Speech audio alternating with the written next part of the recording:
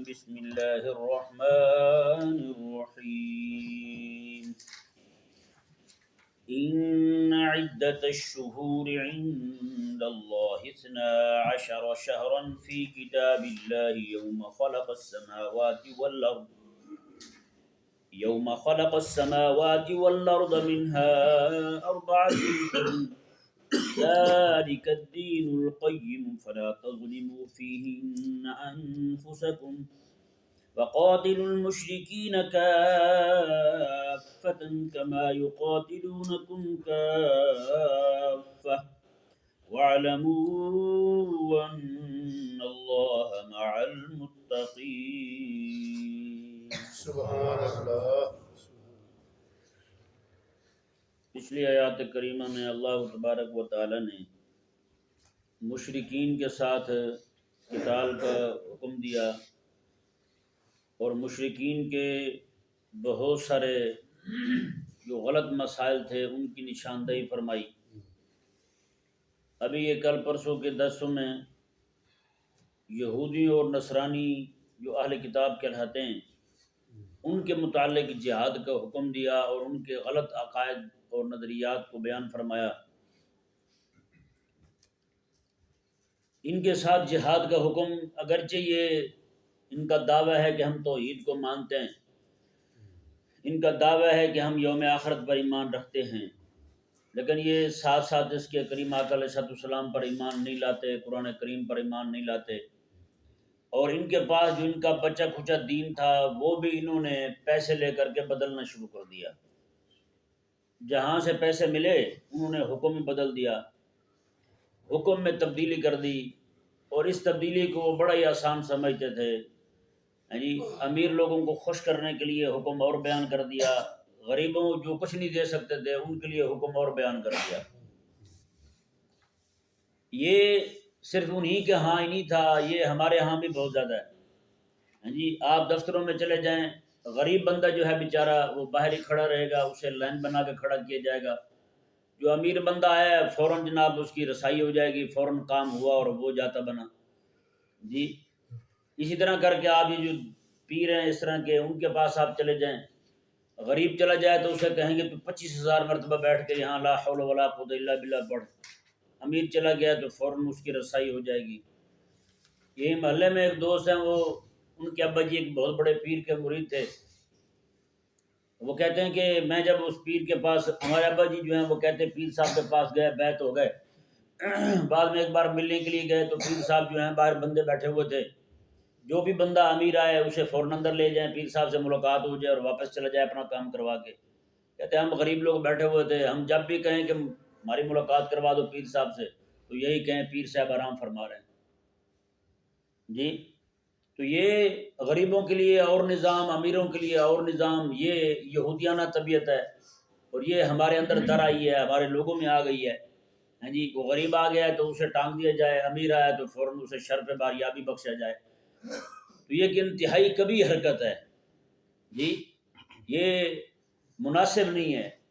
جبکہ ہمارے جو حضرت سیدنا امام حسن رضی اللہ تعالیٰ عنہ، مولا علی رضی اللہ تعالیٰ عنہ کے سب سے بڑے شہزادے، آپ رضی اللہ تعالیٰ عنہ ایسے جا رہے ہیں، راستے میں آپ نے دیکھا کچھ فقیر لوگ بیٹھے کھانا کھا رہے ہیں. جی حضرت امام حسن رضی اللہ تعالیٰ عنہ کو انہوں نے کہا کہ آپ بھی بیٹھیں کھائیں.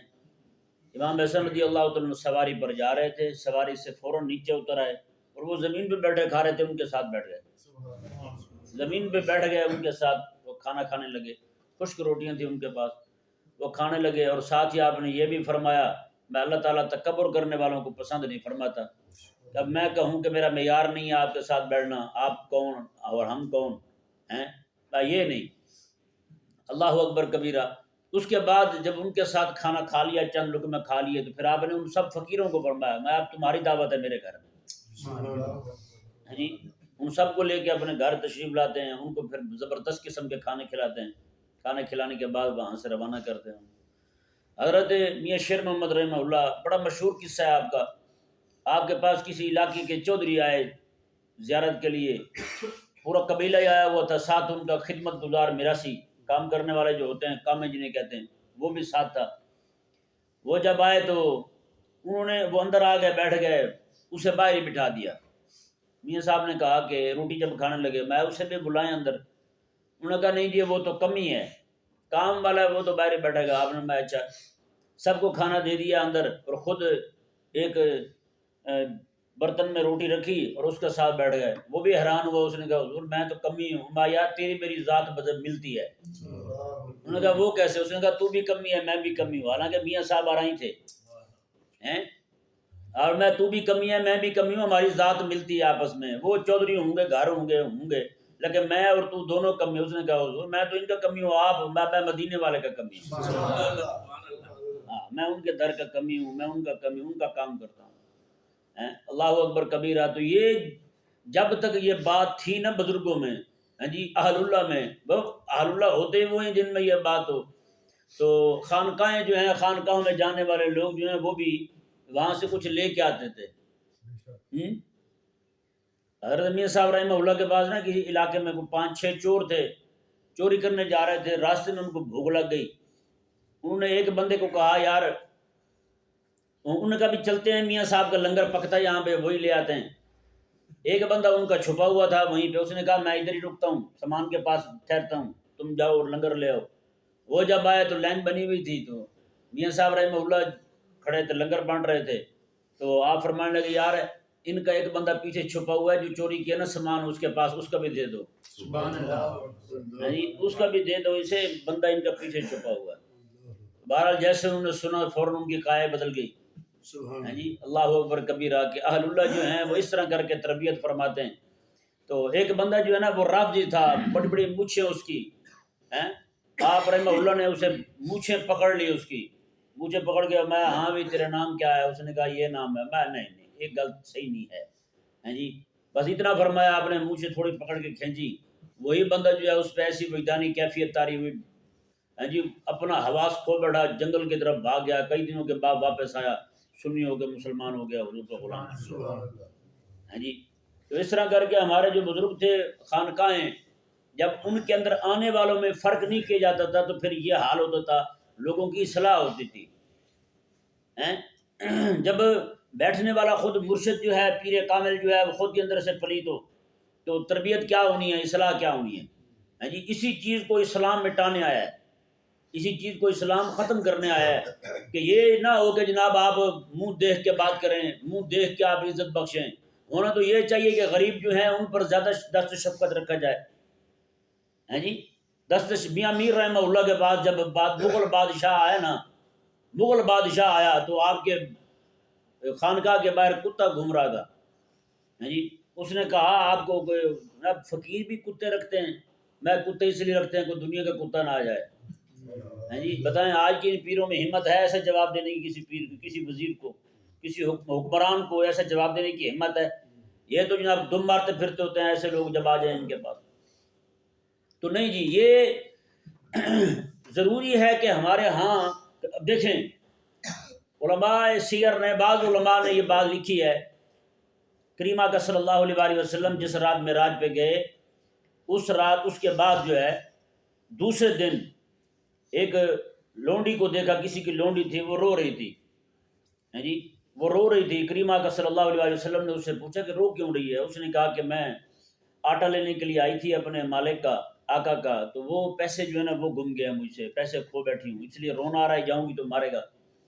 آپ صلی اللہ علیہ وسلم نے اسے پیسے دیے، میں یہ لے لو۔ وہ پیسے لے کے پھر رونے لگی، میں اب کیا ہوا ہے؟ اس نے کہا اب رونا اس بات پہ آ رہا ہے کہ تاخیر ہو گئی، جب جاؤں گی تو پھر بھی مارے گا۔ چلو آٹا تو لے لیا ہے، اللہ اکبر۔ کریمہ کا صلی اللہ علیہ وآلہ وسلم نے اس کا آٹا لیا، آٹا لے کے اپنے کندھے پہ رکھتے ہیں حضور اور لے کے جاتے ہیں اس کے، میں چل تیری سفارش بھی کرتا ہوں، میں چل تیری سفارش بھی کرتا ہوں۔ کریمہ کا صلی اللہ علیہ وآلہ وسلم جب وہاں پہنچتے ہیں تو وہ بندہ جو ہے وہ پرانی کتابیں جانتا تھا، پرانی کتابیں آسمانی جانتا تھا۔ اس نے جناب پوچھا کریمہ علیہ السلام سے، صحیح سے بتائیں رات آپ کہاں تھے؟ کریمہ کا صلی اللہ علیہ وآلہ وسلم نے ارشاد فرمایا رات اس طرح کر کے اللہ تبارک و تعالی نے مجھے اپنی بارگاہ میں بلایا، مسجد اقصیٰ کی سیر کی۔ یہ جب حضور نے بیان کیا نا وہ کلمہ پڑھ کے مسلمان ہو گئے۔ اس نے کہا میرے پاس کتابیں موجود ہیں، ان کتابوں میں یہ بات لکھی ہوئی ہے کہ امام الانبیاء صلی اللہ علیہ وآلہ وسلم سچے نبی ہوں گے، اس طرح کہ رات کو وہ اللہ تبارک و تعالیٰ کی بارگاہ میں حاضری دیں گے، دن کے وقت غلاموں کے آٹے ان کے گھر میں پہنچا رہے ہیں۔ تو یہ مدینہ منورہ میں کریم آقا صلی اللہ علیہ وآلہ وسلم کے پاس ایک خاتون آتی ہے، وہ ہے بھی بھولی، جس میں ہوتے ہیں نا بالکل سیدھے سادے بندے، بھولی خاتون ہے۔ وہ آقا علیہ السلام تشریف فرما ہے صحابہ میں، آ کہنے لگے میں نے آپ سے بات کرنی ہے میرے آقا صلی اللہ علیہ وآلہ وسلم۔ میں کہو کیا کہتے ہو؟ کہتی یہاں نہیں کہنی، سائڈ پہ آئیں، ایک طرف آ جائیں۔ کریم آقا علیہ السلام اس کے ساتھ کھڑے ہو گئے، مجمع کو چھوڑ کے حضور ہٹ گئے۔ میں ہاں بتا، کہتے نہ نہیں یہاں نہیں، آگے چل کے بات کرنی۔ ایک گلی میں لے گئی، وہاں کہنے لگے یہیں بیٹھ کے میری بات سنیں۔ حضور وہیں بیٹھ گئے، آقا علیہ السلام نے یہیں تیری بات سنا کہ بتا کیا کہتی ہے۔ گرمی کا موسم اور سردی کا موسم جو مرضی ہوتا تھا، اللہ اکبر۔ میرے آقا علیہ السلام کے پاس فجر کی نماز کے بعد مدینے کے بچے جو ہے نا اپنا اپنا پانی، برتن بھرے ہوئے پانی کے لے کے آتے تھے۔ اب ہوتا ہے وہاں گیزر کو کوئی نظام نہیں تھا، پانی رات کے بھرا ہوا ہوتا تھا، پچھلی رات کو کون جاتا تھا۔ صبح کی نماز میں حضور نماز سے سلام پھرتے، چھوٹے چھوٹے بچے اپنے برتن لے کے پانی کے آ جاتے۔ کریم آقا علیہ السلام کو کہتے یا رسول اللہ اپنا ہاتھ ڈبو دے، سارا دن ہم نے یہی پانی پینا ہے، آپ کے ہاتھ لگے ہوئے پانی والا، وہی ہم نے آپ کے ہاتھ مبارک کو مس کیا ہوا پانی ہم نے پینا ہے۔ اللہ اکبر۔ حضور کے صحابہ فرماتے کبھی آقا علیہ السلام کے ماتھے پہ بل نہیں آیا، کبھی حضور نے ناگواری کا اظہار نہیں کیا، کبھی یہ نہیں فرمایا کہ یار موسم کیسا ہے، بلکہ آقا علیہ السلام جیسے برتن لے کے آتے اپنا ہاتھ اس میں ڈبو دیتے۔ بتائیں، اور کبھی بھی آقا صلی اللہ علیہ وآلہ وسلم کو کسی نے آواز دی ہے نا جی، اس طرح نہیں آقا علیہ السلام نے دیکھا، بلکہ پیچھے پورا مڑ کے حضور نے دیکھا ہے جی۔ اور حضور کے صحابہ فرماتے ہیں جب کوئی آقا علیہ السلام کو پکارتا نا، آقا علیہ السلام کئی بار حضور یہ فرماتے تھے لبیک، میں حاضر ہوں، میں حاضر ہوں۔ آج امتیوں کو اعتراض ہو رہا ہے کہ رسول اللہ کو لبیک نہ کہیں جی، حضور کو لبیک نہ کہیں، یہ امتیوں کو اعتراض ہو رہا ہے، جبکہ امام الانبیاء علیہ السلام ہو کے جی، اشرف الانبیاء ہو کے جی، رب تبارک و تعالیٰ کے دیدار کرنے والی واحد ہستی میرے آقا علیہ السلام کی جی، حضور علیہ السلام اپنے غلاموں کو لبیک فرما رہے ہیں، اور امتی جو ہے اسے اعتراض ہو رہا ہے کہ امام الانبیاء علیہ السلام کو لبیک کیوں کہا جا رہا ہے۔ تو جب تک یہ خانقاہ کے یہ اصول نہیں نہ ہوئے جی، خانقاہ اس منہج پر خدمت نہیں کرے گی، خانقاہ میں آنے والا ہر بندہ جو ہے وہ ایک جیسا نہیں ہوگا۔ ہمارے تو بزرگ وہ تھے، اللہ اکبر کبیرہ، اعلیٰ حضرت رحمہ اللہ کے چھوٹے بیٹے نا مولانا مصطفیٰ رضا خان رحمہ اللہ، آپ صبح کی نماز میں گھر سے نکل کے مسجد شریف میں جا رہے تھے، اعلیٰ حضرت والی مسجد میں، اس مسجد میں جا رہے ہیں، وہ صفائی کرنے والے صفائی کر رہے ہیں پچھلی رات کو صبح کی نماز سے پہلے۔ آپ نے ان سے پوچھا کوئی کیا کر رہے ہو؟ انہوں نے کہا جی وزیر اعظم، صدر وزیر اعظم جو ہے نا وہ آ رہا ہے آج اعلیٰ حضرت کی خانقاہ پہ۔ آپ نے کہا اچھا، اتنا سنا آپ نے، اسی وقت سارے گھر والوں کو تیار کیا، اعلیٰ حضرت کی خانقاہ کو تالا لگایا، مزار شریف کو، مدرسے کو تالا لگا دیا، اور خود ٹانگے پہ بیٹھے گاؤں میں چلے گئے، گاؤں چلے گئے۔ ہم ان سے ملتے نہیں، ہم ان سے نہیں ملتے، وزیروں کو مشیروں کو ان سے بھاگا کرتے تھے، اور ملتے کن کو تھے؟ اللہ اکبر کبیرہ، رسول اللہ علیہ السلام کے غلاموں کو ہیں۔ کریم آقا صلی اللہ علیہ وآلہ وسلم کے غلام حضرت عمر رضی اللہ تعالیٰ عنہ، آپ تشریف فرمایا، ایک بندہ جو ہے نا وہ یعنی لوگ جو ہے نا، وہ ایک بندہ بیمار تھا، وہ پیچھے بیٹھا ہوا ہے، باقی سارے کھانا کھا رہے ہیں، میں تو کیوں نہیں کھاتا؟ انہوں نے کہا حضور میں بیمار ہوں، کہیں یہ نہ ہو ان کو گھننا ہے مجھ سے، تکلیف ہو۔ آپ رضی اللہ تعالیٰ نے ان کو بلایا، میں ادھر آ پاس کر کے اسے اس کا ہاتھ پکڑ کے نا سالن میں ڈبو دیا، میں لو بھی ہوں کھاؤ، اب کھاؤ۔ لیکن ہمارے ہاں کیا ہے، ہم تو سٹینڈرڈ دیکھ کے بات کرتے ہیں جی، ہاں جی یہ میرے معیار کا ہے یا نہیں جی۔ مولوی جو ہے وہ طالب علموں کے ساتھ بیٹھ کے کھانا گوارا نہیں کرتا جی، مرید پیر جو ہے وہ مریدوں کے ساتھ بیٹھ کے کھانا برداشت نہیں کرتا، یار اب میں پیر ہوں مریدوں کے ساتھ بیٹھ کے کھانا کھاؤں جی، یہ بھی مناسب نہیں ہے ہمارے لیے۔ تو بہرحال اللہ تبارک و تعالیٰ یہ باتیں جو ہے نا یہ یہودیوں میں آ گئی تھی، یہودیوں میں یہ باتیں آئیں تو اب ان میں اور مشرکوں میں کوئی فرق نہیں رہا تھا۔ رب تبارک و تعالیٰ نے جہاں پہ مشرکوں کے خلاف جہاد کا حکم دیا، وہیں پہ اللہ تبارک و تعالیٰ نے اہل کتاب کے خلاف بھی جہاد کا حکم دیا، یہودیوں کے خلاف بھی جہاد کا حکم ہوا، نصرانیوں کے خلاف بھی جہاد کا حکم ہوا۔ جب انہوں نے دین جو ہے دین کے حکامات بدلنے شروع کر دیے، امام الانبیاء علیہ السلام کا انکار شروع کر دیا، تو اب وہ اور مشرک سب یکساں تھے، اب ان میں کوئی فرق نہیں تھا۔ اللہ اکبر کبیرہ۔ اللہ تبارک و تعالیٰ نے اس آیہ مبارکہ کے اندر مشرکین مکہ کی ایک بہت بڑی گڑبڑ کہہ لیں، ان کا بہت بڑا دھوکہ کہہ لیں، یا جو بھی کہہ لیں اسے، اس کو اللہ تبارک و تعالیٰ نے آشکار فرمایا. وہ کیا تھا؟ مشرکین کا بہت بڑا دھوکہ. وہ یہ تھا 4 مہینے حرمت والے تھے. کتنے مہینے؟ 4 مہینے حرمت والے تھے. رجب کا مہینہ، شوال، ذوالقعدہ، ذوالحج اور محرم، یہ 3 مہینے. ایک رجب کا، ذوالقعدہ، ذوالحج اور محرم، یہ 3 مہینے جو ہیں یہ 4 مہینے بن گئے. یہ 4 مہینے حرمت والے تھے. ان 4 مہینوں میں لڑائی نہیں کرتے تھے. یہاں تک کہ ان کے جو نیزے ہوتے تھے نا، ٹھالے ہوتے تھے، ان کی لکڑیاں اور لوہا بھی الگ الگ کر کے رکھ دیتے تھے. کہیں یہ نہ ہو کہ اچانک سے اٹھے ہم لڑائی شروع کر دیں. جب سارے اوزار اس طرح کھلے ہوئے ہوں گے تو ہم لڑائی کے لیے ان کو اٹھانے بھی لگیں گے تو یاد آ جائے گا ہمیں کہ ہم نے لڑنا نہیں ہے. یہ مہینے حرمت والے ہیں جی. یہ پہلے وہ ان کا خیال کرتے رہے. بعد میں جب ان کی نیتیں بدلی جی، ان کے ذہن جو ہیں، یعنی پہلے بڑے تسلط والے تھے، مذہبی جو بھی تھے، نظریات ان کے تسلط تھا، لیکن جیسے جیسے ان میں بھی لبرلزم آیا تو انہوں نے پھر ان چیزوں کو بدلنا شروع کر دیا. مثال کے طور پر ان کا ارادہ بن رہا ہے فلاں کے ساتھ لڑنے کا، تو انہوں نے کہا جی یہ رجب کا مہینہ جو ہے نا، اسے رمضان سے بعد میں لے جاتے ہیں. رجب کا مہینہ رمضان سے بعد لے جاتے ہیں، رمضان کا مہینہ پہلے لے آتے ہیں اس بار. تو رجب کو بعد میں لے آئے یا شبان کو بعد میں لے آئے. شبان کو پہلے کر لیا، رجب کو بعد میں کر لیا. اس طرح کے حال کرتے تھے. کبھی ارادہ بن جاتا ان کا کسی قوم پر حملہ کرنے کا، لڑائی کرنے کا، یا ڈاکہ مارنے کا، یا ان کی چوری کرنے کا، تو پھر مہینہ آگے پیچھے کر لیتے تھے. ٹھیک ہے نا جی، مہینہ آگے پیچھے کر لیا. اسی طرح حج والے مہینے بھی آگے پیچھے کر لیتے تھے. یہاں تک کہ حضرت سیدنا ابو بکر صدیق رضی اللہ تعالیٰ عنہ نے 9 کو جو حج کروایا نا، وہ بھی مہینہ ذوالحج کا نہیں تھا. ذوالحج کا ان کا بنایا ہوا تھا. کن کا بنایا ہوا تھا؟ ان کا بنایا ہوا تھا. 33 سال کے بعد جا کے وہ موسم پھر وہی آتا ہے. انہوں نے آگے پیچھے کیے ہوئے تھے. دیکھیں نا، مثال کے طور پر رمضان شریف میں پاکستان بنا تھا. رمضان شریف کی کون سی تاریخ تھی؟ 27 تاریخ تھی. ہاں جی، پاکستان جب بنا تھا تو انگریزی کی تاریخ 14 تھی، 14 اگست تھی. یعنی اس کا مطلب یہ ہے کہ 14 اور 27 ایک ہی دن تھے. ٹھیک ہے نا. اب بتائیں 33 سال کے بعد جا کے وہ تاریخ ایک ہوگی. 33 سال کا فرق پڑتا ہے، کیونکہ یہ 11 دن جو ہے نا، پورے 11 دن شمسی مہینہ بڑا ہے قمری مہینے سے. شوال، ذوالقعدہ، ذوالحج، محرم جو ہیں، یہ 11 دن کا فرق پڑتا ہے ہر سال میں. اور یہ 11 دن کا جو ہے نا وقفہ آتا ہے. یعنی یہ چھوٹے ہیں، یہ سال چھوٹا ہے پورا 11 دن، اور وہ شمسی سال جو ہے وہ 11 دن پورے بڑا ہے اس سے. ٹھیک ہے نا جی. تو اس طرح یہ جو فرق پڑتا ہے اس کا، ہر سال اتنے اتنے دن جو ہیں وہ کم ہوتے جاتے ہیں. تو اس کی وجہ سے مہینہ جو ہے وہ بدلتا جاتا ہے. مہینہ بدلتا جاتا ہے، وہ ایک نہیں رہتا. ان دونوں میں فرق آ جاتا ہے. اچھا، انہوں نے پھر کیا کیا؟ انہوں نے کہا کہ حج جو ہے وہ ہمارا ایسے موسم میں آ جاتا ہے، کبھی سخت گرمی ہوتی ہے، اس میں نکلنا مشکل ہوتا ہے.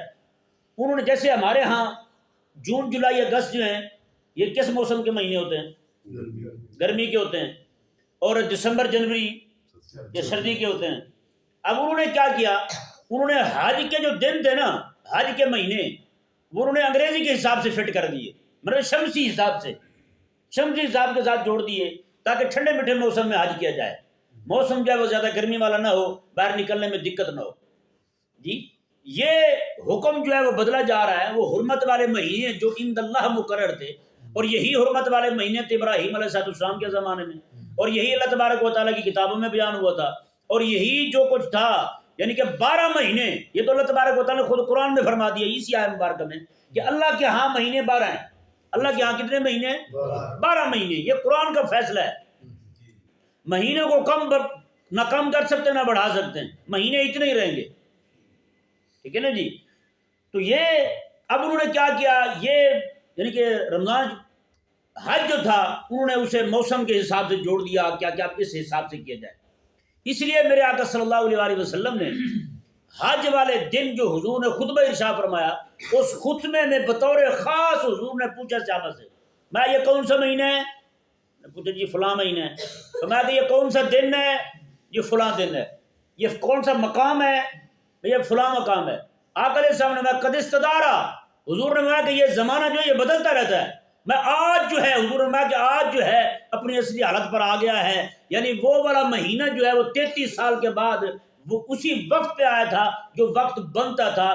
اس کے بعد بھی الحمدللہ تعالی حج کا معاملہ جو ہے وہ دائیں بائیں نہیں ہوا۔ لیکن اب لبرل جو ہیں وہ نعوذ باللہ من ذالک اس طرح کی باتیں کر رہے ہیں، جس طرح فواد چودھری اس نے کہا تھا کہ رمضان شریف کا جو حساب ہے یہ کیلنڈر کے حساب سے کر لیا جائے، چاند کے حساب سے نہ ہو، چاند کے حساب سے نہ ہو، یہ کیلنڈر بنا کے رکھ دیں، ہر سال اسی حساب سے چلتے رہیں جیسے باقی چیزیں جو ہیں وہ چلتی ہیں جی۔ اب ذرا حساب لگائیں، آپ ذرا خود غور کریں، اگر اس کو یعنی کہ وہ کہتے ہیں شمسی حساب سے کر لیں، اگر شمسی حساب سے کرتے ہیں اس کو کیلنڈر اس کا بنا کے رکھ دیتے ہیں تو بتائیں رب تبارک و تعالیٰ کا حکم تو آگے پیچھے ہو جائے گا۔ جبکہ عبادات جو ہیں ٹھیک ہے کچھ چیزوں کی تحدید سورج کے حساب سے ہے، نمازوں کا وقت جو ہے وہ سورج کے حساب سے ہوتا ہے۔ اب فجر کی نماز سورج نکلنے سے پہلے پڑھنی ہے جی، ظہر کی نماز زوال کے بعد پڑھنی ہے، عصر کی نماز جو پڑھنی ہے ہم نے وہ بھی غروب سے پہلے کا ایک خاص وقت ہے، مغرب کی نماز ہم نے جو پڑھنی ہے اس کا بھی تعلق بھی سورج کے ساتھ ہے، عشاء کی جو نماز پڑھنی ہے ہم نے اس کا تعلق بھی سورج کے ساتھ ہے۔ نہیں سمجھ آیا مسئلہ؟ ٹھیک ہے اس کا عید کی نماز پڑھتے ہیں اسی طرح پڑھتے ہیں، باقی چیزیں اسی کے ساتھ کرتے ہیں، لیکن رمضان شریف کب شروع کرنا ہے کب ختم کرنا ہے اس کا تعلق کس کے ساتھ ہے؟ چاند کے ساتھ ہے۔ شوال کے روزے رکھے ہیں اس کا تعلق کس کے ساتھ ہے؟ محرم کے روزے رکھے ہیں اس کا تعلق کس کے ساتھ ہے؟ چاند کے ساتھ ہے۔ ٹھیک ہے روزہ رکھنے کا اور کھولنے کا تعلق جو ہے وہ چاند کے ساتھ نہیں ہے، وہ سورج کے ساتھ ہے۔ کس کے ساتھ ہے؟ سورج کے ساتھ ہے۔ سورج غروب ہو گیا کھول لیا ہم نے، جو طلوع ہونے سے پہلے اتنے عرصہ پہلے جی صبح صادق کے طلوع ہونے سے پہلے ہم نے جناب یہ سارا کچھ ختم کرنا ہے، ساری وغیرہ کر کے فارغ ہونا ہم نے، یہ ضروری ہے۔ تو یہ اللہ تبارک و تعالیٰ کے احکامات کو بدلنے کا کام جو ہے نا انہوں نے کیا تھا، مشرکین نے کیا تھا۔ آج یہ لوگ جیسے ابھی فقیہ امت جو ہیں، فقیہ امت دولا جی جوید غامدی صاحب، آپ نے بھی فرمایا تھا کہ جماعت جو ہے کرونا کے دنوں میں آن لائن کرا دی جائے، آن لائن، انہوں نے کہا کاروبار آن لائن ہو سکتا ہے، نکاح آن لائن ہو رہے ہیں، سارے کام خرید و فروخت آن لائن ہو رہی ہے، تو نماز آن لائن کیوں نہیں ہوتی؟ اس نے کہا صدر ہاؤس میں امام کھڑا ہو جائے، صدر ہاؤس میں امام کھڑا ہو جائے صدر کے گھر میں، تو وہاں سے کھڑا ہو کے ٹی وی پہ نماز پڑھا دے، سارے لوگ جہاں کہیں بھی ہیں اپنے اپنے گھروں میں کھڑے ہو جائیں، وہیں پہ کھڑے ہو کے نماز پڑھ لیں۔ میں نے کہا اچانک سے آپ کی جو بجلی والا نظام ہے بند ہو جائے، مقتدی بیچارے وہیں پھنسے رہیں، 4 گھنٹے بجلی نہ آئے مقتدی وہیں کھڑے ہوں، عجیب ہم کہنا سوچے یہ تو ویسے میں نے کہا ہے کہ بجلی چلی جائے تو یہ ہو جائے گا، وہ بھائی ابتدا کے لیے ضروری ہے کہ امام اور مقتدی کا ایک جگہ ہونا جی۔ پھر صدر ہاؤس میں ضرور تکلیف پڑنی ہے، مدینہ شریف میں جماعت ہوتی ہے اسی کے ساتھ پڑھیں سارے، 2 گھنٹے آگے پیچھے کر لیں نمازیں ساری، کوئی مسئلہ نہیں ہے۔ اب جی وہاں کے صدر ہاؤس میں نماز پڑھائیں گے، صدر بیٹھتا ہے اسلام آباد میں جی، بندے بیٹھے ہوئے ہیں کراچی میں، پاکستان کے اندر آدھے پونے گھنٹے کا فرق ہوتا ہے نمازوں کا، کیسے پڑھیں گے نمازیں سارے اکٹھی؟ یہ ہو ہی نہیں سکتی۔ یہ میں ویسے آپ کو صرف استحالہ پیش کر رہا ہوں بھائی ایسا کیسے ہو سکتا ہے؟ اچھا پھر امام کا جو ہے وہ مقتدیوں کے آگے ہونا ضروری ہے، ٹھیک ہے جی، امام جو ہے وہ اسلام آباد میں کھڑا ہے تو باقی اگلے شہر والوں کی نمازیں کیسے ہوں گی؟ جب ٹیڑھی مجتہد ہوں گے نا، ٹیڑھی عالم اور ٹیڑھی مفت ٹیڑھی جانتے ہیں چھوٹے قد کے بوڑھے وہ والے پہاڑی لے لے سمجھ لے، جب اس طرح کے مجتہد ہوں گے تو پھر مسائل کا استنباط بھی ویسے ہوگا جی، پھر وہ استدراک بھی ویسے کریں گے، ان کو ادراک بھی ان چیزوں کا ویسے ہی ہوگا، جیسے خود احمق ہوں گے وہ سمجھیں گے کہ پوری قوم ہی احمق ہے۔ یہ جوید غامدی صاحب جو ہے نا کوئی معمولی عالم نہیں ہے، انہوں نے فتویٰ جاری کیا تھا کہ اگر راضی خوشی کو زنا کر لیتے ہیں لڑکی لڑکا تو کسی کو اعتراض نہیں ہونا چاہیے۔ جنرل مشرف کو دلائل مہیا کرنے والی آپ کی ہستی ہے، آپ اتنی ملون ہستی ثابت ہوئی ہیں امت کے لیے، ٹھیک ہے نا جی، آپ معمولی شخصیت نہیں ہیں۔ کہاں سے وہ ساہیوال سے لیلا اٹھا ہے، ساہیوال کی بکریاں مشہور تھی، ساہیوال کا یہ عجیب لیلا نکلا ہے وہاں سے اور اتنی احمقانہ سوچ ہے نعوذ باللہ من ذالک، پوری امت جو ہے نا 1400 سال میں وہ ایک طرف جا رہی ہے، یہ اکیلا جو ہے وہ مغرب کو جا رہا ہے۔ یہ وہ 9/11 یہ سارے قصے ایک ہی دور میں ہوں گا نا، یہ حادثاتی طور پہ یہ بھی اٹھا ہے اس کو بھی اٹھایا گیا ہے اور کس انداز میں اس کو آگے لایا گیا جناب. آج ٹی وی میں باقاعدہ اس کو بلایا جاتا ہے اور لوگ اس کے پاکستان چھوڑنے پہ قصیدے پڑھتے ہیں, مرثیے پڑھتے ہیں. اتنی بڑی علم والی شخصیت سے ہم محروم ہو گئے ہیں, وہ چھوڑ کے ہم کو چلے گئے یہاں سے. اللہ اکبر کبیرہ. اللہ تبارک و تعالی سمجھنے کی توفیق عطا فرمائے تھی. بہرحال انہوں نے یہ نظام کیا تھا کہ دن جو ہیں وہ مہینے ہی پورے آگے پیچھے کر دیے. تو اسی طرح کی سوچ کچھ فکر جو ہے وہ ان کی بھی ہے. یہ بھی کہتے ہیں کہ انگریزی حساب سے سارا کچھ کر لیں, سکون کے ساتھ, نہ چاند دیکھنے کا کوئی مسئلہ, نہ عید کا چاند دیکھنے کا مسئلہ, نہ رمضان کا چاند دیکھنے کا مسئلہ. تاریخیں ڈیٹیں لکھی ہوئی ہوں گی, اسی حساب سے ہم روزے رکھیں ہر سال, اسی حساب سے ہم ہر سال عید کر لیں. ہیں جی. وہ مولوی بیچارے, ان سے بھی ہمیں اتفاق نہیں ہے مولویوں سے, جو چاند دیکھ کے اعلان کرتے ہیں بیچارے, وہ کئی بار مسئلے کر جاتے ہیں وہ بھی. تو وہ جب یہ اس طرح کی مولوی سے 2 گھنٹے لیٹ کر دے تو لبرل جو ہیں وہ سارے چیخ چلا رہے ہوتے ہیں, دیکھیں بھائی مولوی صاحب کی بیوی کے کپڑے تیار نہیں ہوئے تھے, مولوی صاحب نے چاند ہی لیٹ کر دیا. اس طرح کی باتیں میسج ہم نے خود پڑھے ہیں. جی بتائیں, نواز شریف بیچارہ وائبریشن پہ لگا ہوا ہے, وہ اس انتظار میں ہے کہ میرا بھی فیصلہ کرو, مجھے بھی کچھ بتاؤ, میں نے ادھر ہونا یا ادھر ہونا. مذبذبین بین ذالک لا الہ الا ولا الہ الا, وہ گاں بن کے بیٹھی ہوئی ہے, ادھر جاؤں یا ادھر جاؤں, اسے کوئی سمجھ نہیں آ رہی. اور باقی جو ہیں وہ کیا نام اس کا, دوسری عظیم ہستی بلاول بھٹو کی, وہ ایک بندے نے کل مجھے لطیفہ بھیجا, کہنے لگا جی سارے اتفاق کر گئے اس بات پر کہ یہ وزیر اعظم بنے گا. اب مسئلہ اس بات پہ چل رہا ہے اس کے لیے شیروانی سلوائی جائے یا فراق.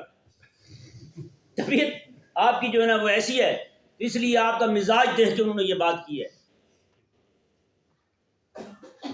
بہرحال یہ تو مسائل چلتے رہیں گے. اللہ تبارک و تعالی ہمیں سمجھ عطا فرمائے. کل انشاءاللہ مزید اسی بات پہ گفتگو کریں گے.